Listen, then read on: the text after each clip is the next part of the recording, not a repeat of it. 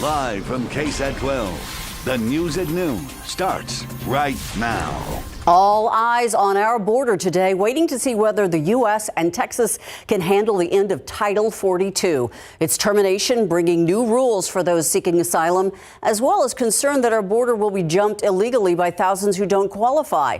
We have crews all along the Texas border, including Alyssa Cole in Eagle Pass.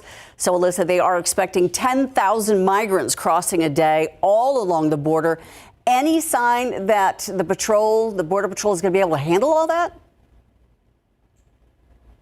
Ursula, good afternoon. We're learning that is pretty much almost 3 times than what they can comfortably handle. Border Patrol agents are typically used to handling about 3,500 migrants for processing a day, but that number has increased.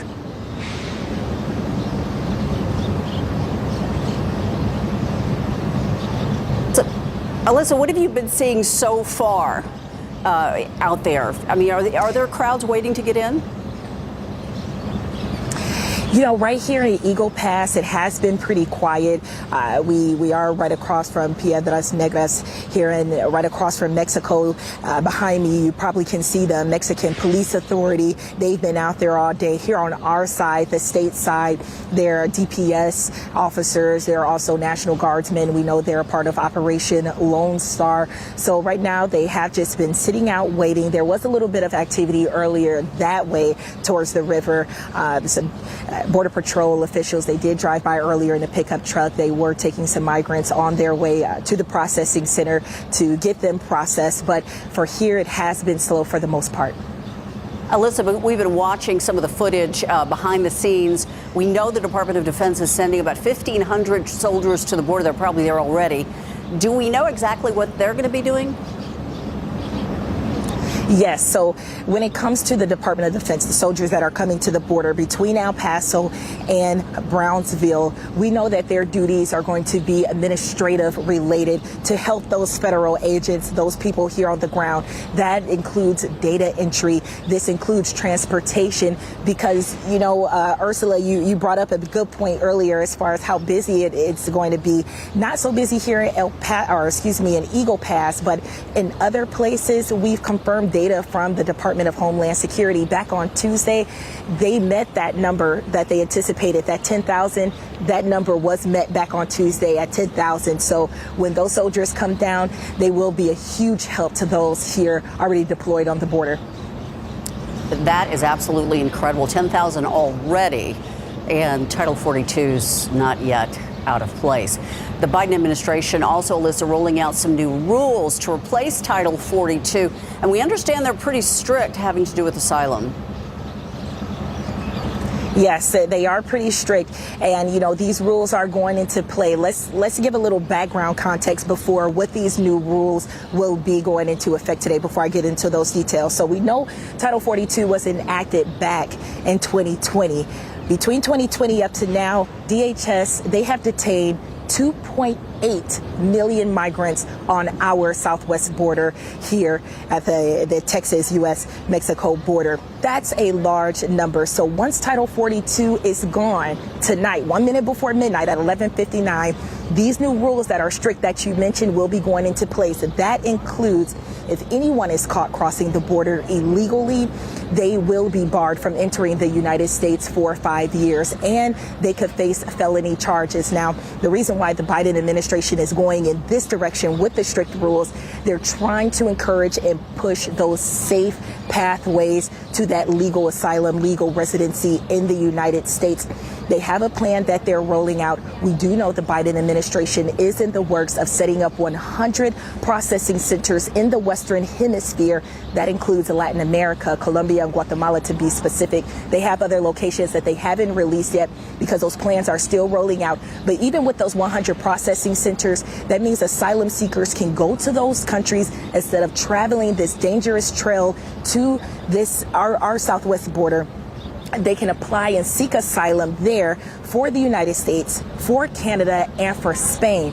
But Ursula, the big thing is right now, while these plans sound great and they're underway, that's exactly the thing. They're underway. They haven't been established. So right now there is some confusion. There is a little frustration for those migrants that are en route, for the migrants that are already here on the other side of the border between El Paso and between Brownsville. Because they passed those countries already, will they still be able to get asylum? That's the big question floating around today.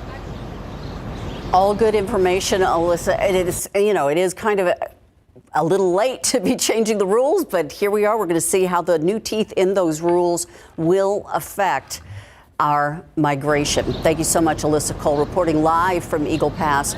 Now, the end of Title 42 was supposed to happen a year ago, as you said, but the state fought it in court. A judge ruled back then to keep Title 42 in place, and at the time we did it, KSAT explains. And that's why you're seeing this QR code on your screen to watch that episode. You can find out where Title 42 came from and its real-world impact still going on, as you can see today.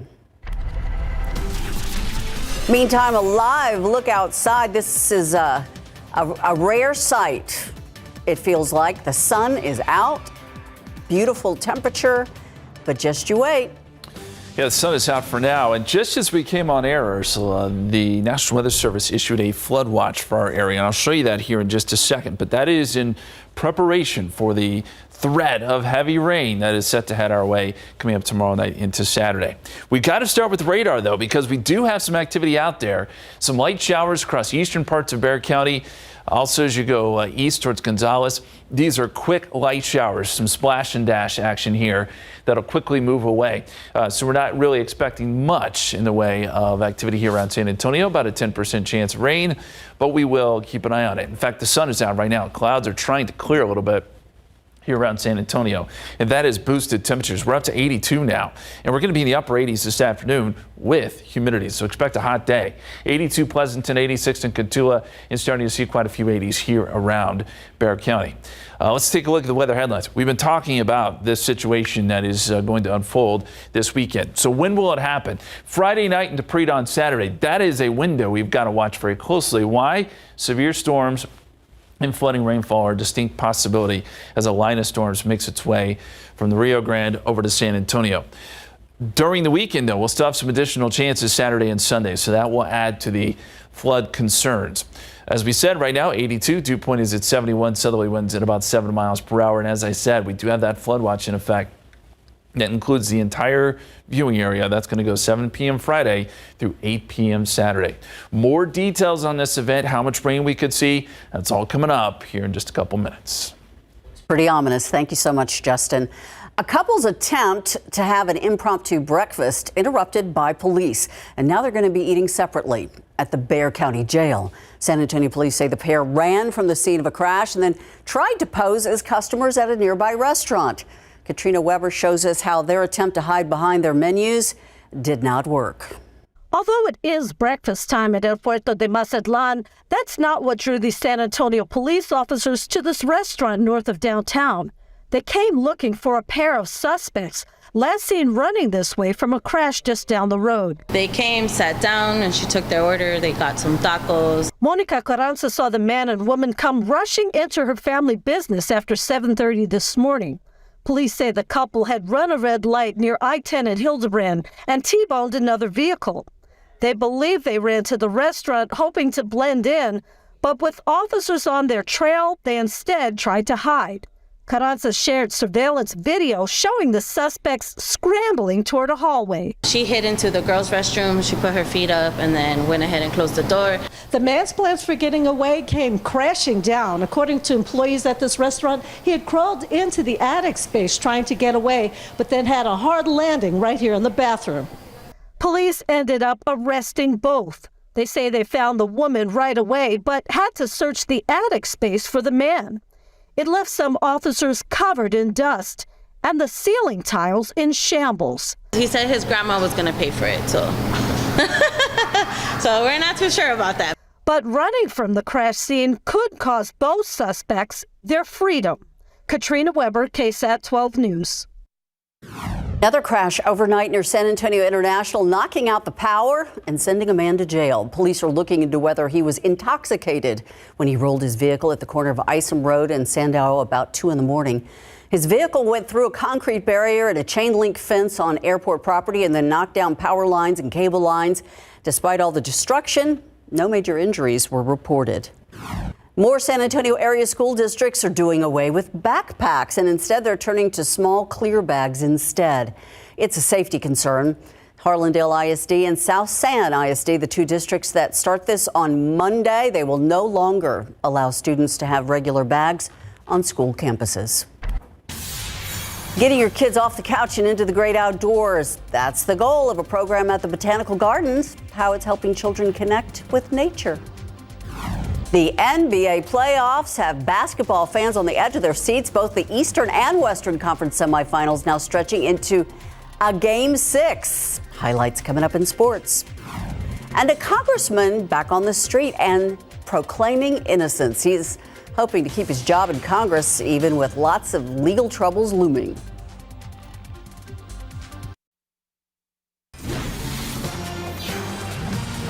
Republican Congressman George Santos out of jail and already back on Capitol Hill. This after a day of pleading not guilty to 13 criminal charges in federal court in New York. ABC's Rena Roy reports he paid his bond, he got out, and he's now vowing he'll prove his innocence and at the same time remain in Congress.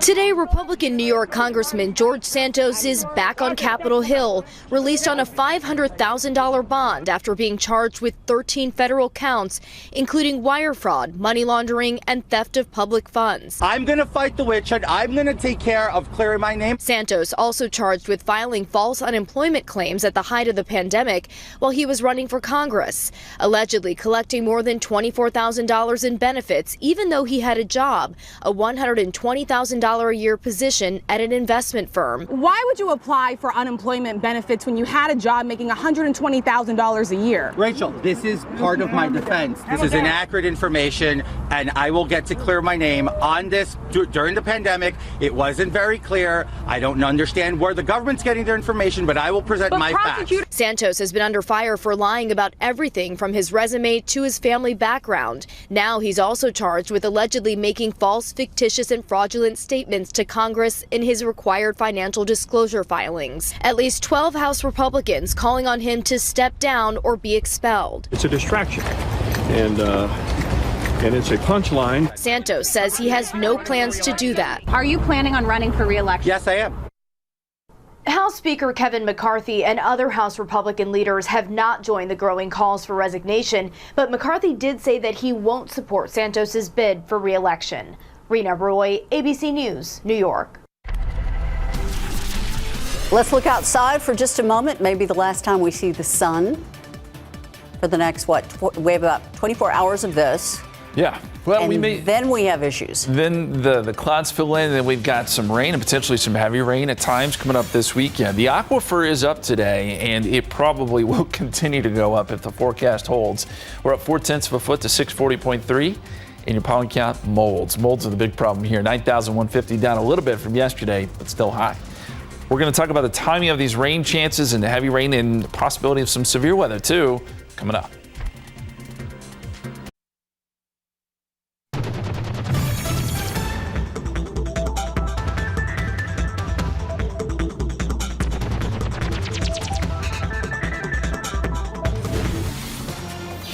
Getting kids' noses out of cell phones, TVs, and computer screens and into nature is as easy as a trip to the Botanical Gardens.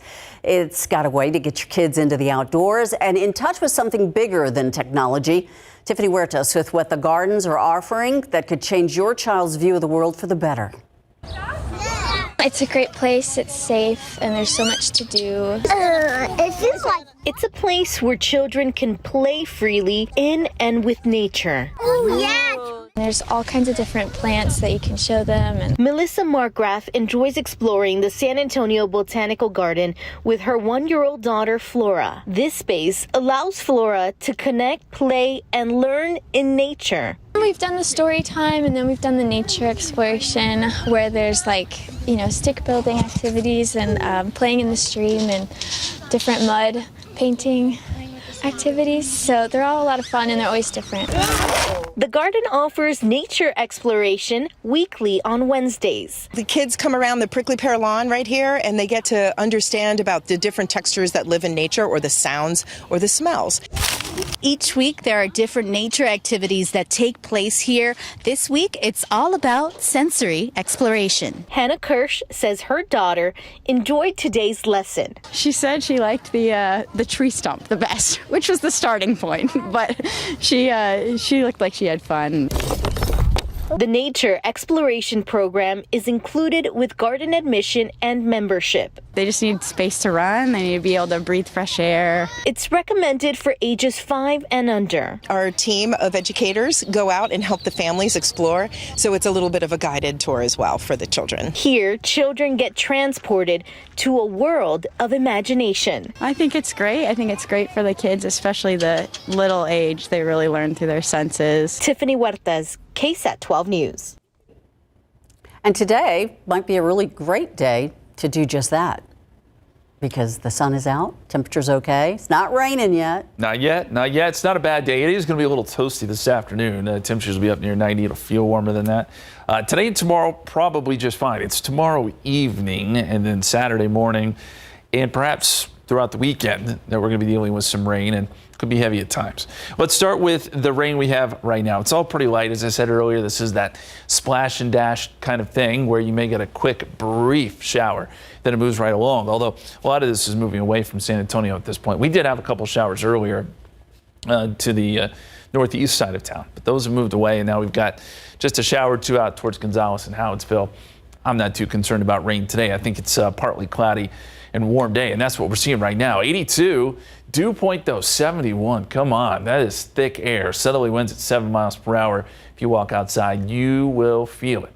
The satellite picture shows we've got a lot of clouds still to the north and west of town, but even those are starting to scatter out. Where we've seen more sun, that's where you're going to see the warmer numbers. Places like New Braunfels where the sun is out, 84.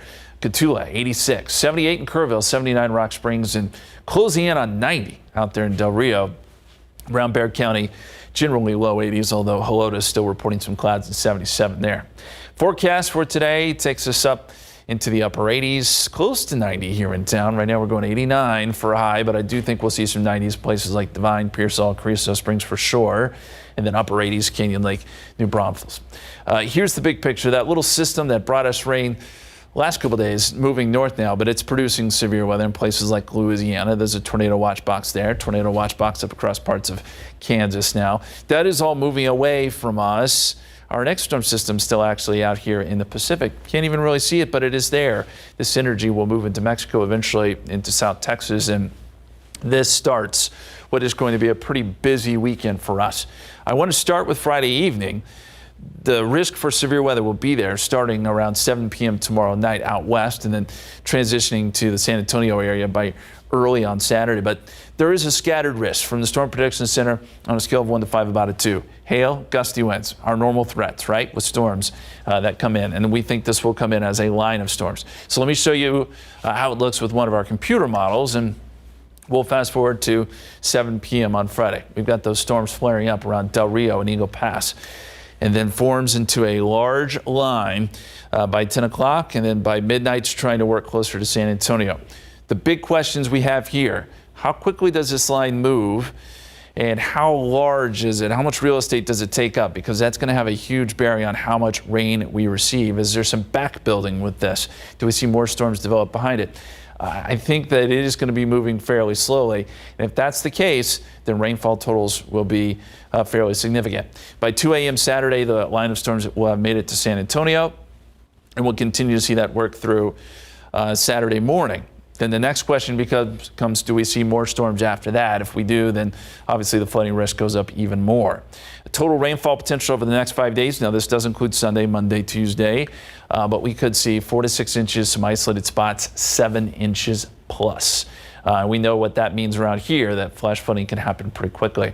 Our rain chances over the next few days, I think Friday night and Saturday morning, that's still the time frame that I really want to watch. But even Saturday evening, we'll have a chance for some storms. Saturday night, Sunday, Mother's Day, 60% chance. Mainly light rain, I think, but that still could cause some issues. And then Monday, 50% chance of rain. And keep in mind, as we showed you off the top of the show, flood watch is in effect for Friday evening through Saturday. The extended forecast. We'll go 73 Saturday with that 80% chance of rain, 77 Sunday, 60% chance of rain, and then some decent chances Monday and Tuesday before we finally see rain chances taper off. It appears we could put a pretty big dent in our drought situation that we have around here, but we'll certainly keep you posted and let you know as far as severe weather goes and as far as heavy rain goes here as we get into the weekend. Ursula. Thank you. It's going to be important to keep in touch with the weather department over the weekend.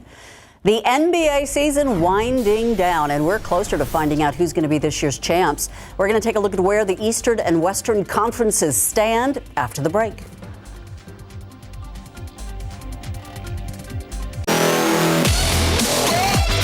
The NBA playoffs heating up. The Warriors keeping their hopes alive for a repeat by forcing a Game 6 against the Lakers. Meanwhile, ABC's Will Reeve reports in the East, the Knicks are also fighting to see another day on the court.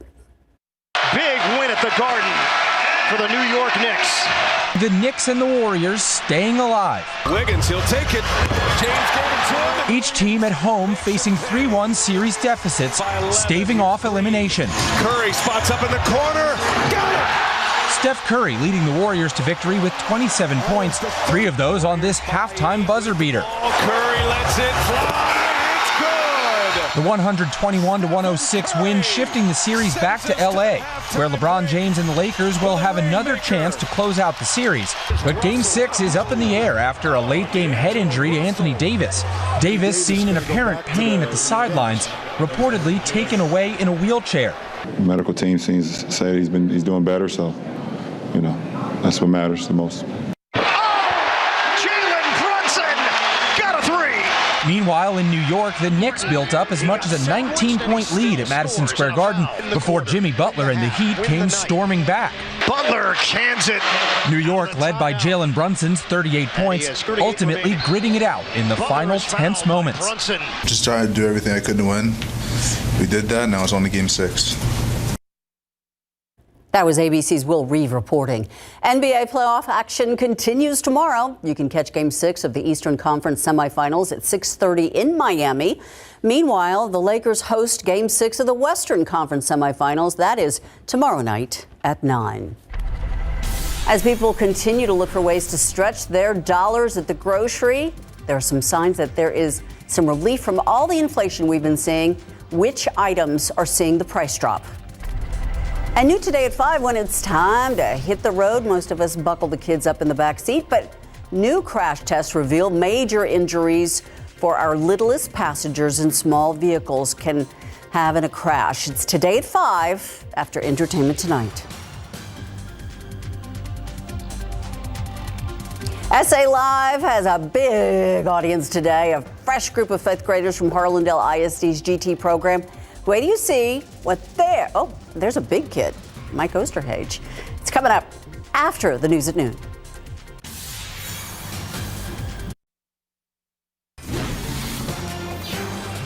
The day that puts our border back in the spotlight nationwide is here. Title 42 expiring today. That policy put into place back in 2020 to curb the spread of COVID-19 gave the U.S. government the power to quickly expel migrants at the southern border. So we're keeping a very close eye on all of our border towns right now, but especially El Paso, where there's a state of emergency that has already been declared. Here's CNN's Gloria Pazmino. Title 42 has allowed the U.S. to swiftly return migrants back to Mexico or to their home countries. In fact, authorities here at the border have turned migrants back more than 2.8 million times since the policy was put into place in March of 2020. Now, migrants are just beyond this wall that you see here behind me. This is all that separates the U.S. and Mexico. Title 42 will expire tonight at midnight, and the country will go back to old immigration protocols at a time of unprecedented mass migration in the Western Hemisphere. Es la voluntad de Dios porque voy para mi familia. Eric Mendoza is breaking down. He faces the possibility of deportation after making the months-long trek from his native Honduras. He says he paid $50 for the set of documents. It's a likely scam many migrants, desperate for answers, are falling prey to. Porque quiero entrar legal. He says he wants to be here legally. Just like him, there are thousands more in El Paso. Rosaura Rivas says her husband and 4 kids fled violence from Venezuela. They spent the last month at this shelter. She helps out in the kitchen trying to save money to buy bus tickets to Denver, where they have friends. The Opportunity Center for the Homeless in El Paso can barely keep up. We need to do what's right by these folks. They've gone through so much. Meanwhile, El Paso city officials are working to open up emergency shelters and say the city is at a breaking point. We want to be able to find a solution to how do we take care of the human person, because they are human beings. Federal officials are trying to discourage migrants from crossing. Let me be clear. The lifting of the Title 42 public health order does not mean our border is open.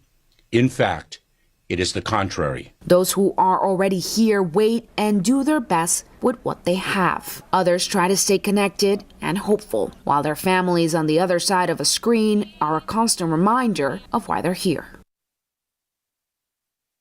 Now, an unprecedented number of migrants have turned themselves into Border Patrol, including just in the last few hours.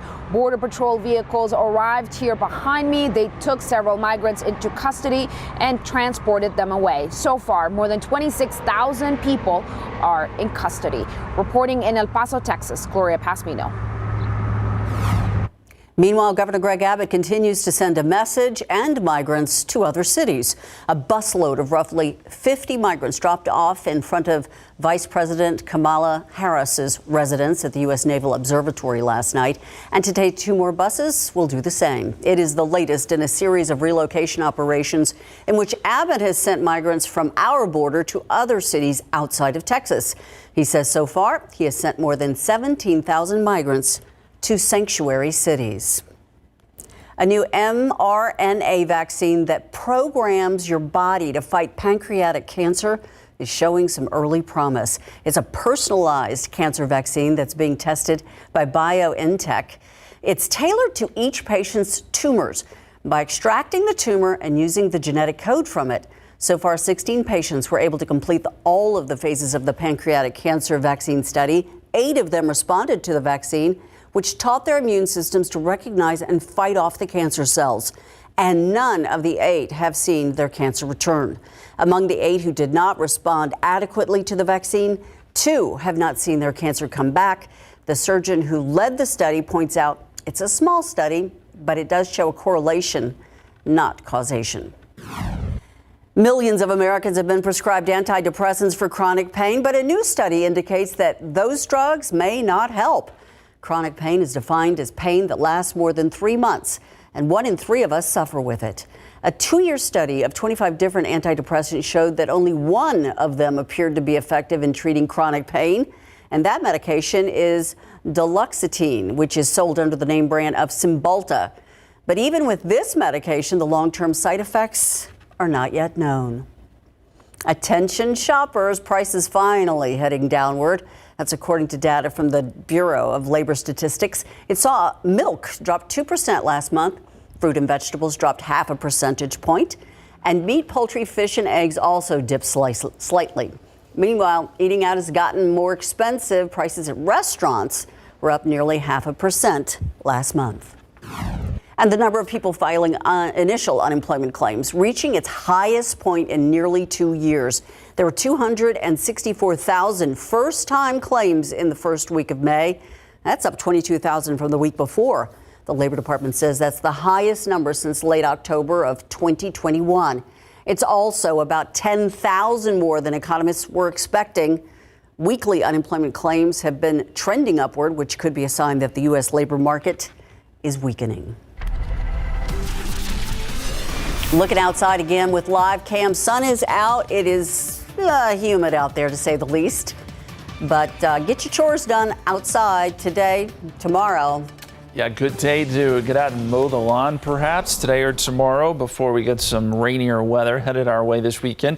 The radar did show a few showers earlier here around San Antonio, but they were light and they are now moving away. So we can pretty much take away rain chances for the rest of the afternoon. I'll show you the radar one more time. And as I said, most of this is moving east or southeast and away from us. And skies have tried to clear a little bit, so that has really boosted temperatures.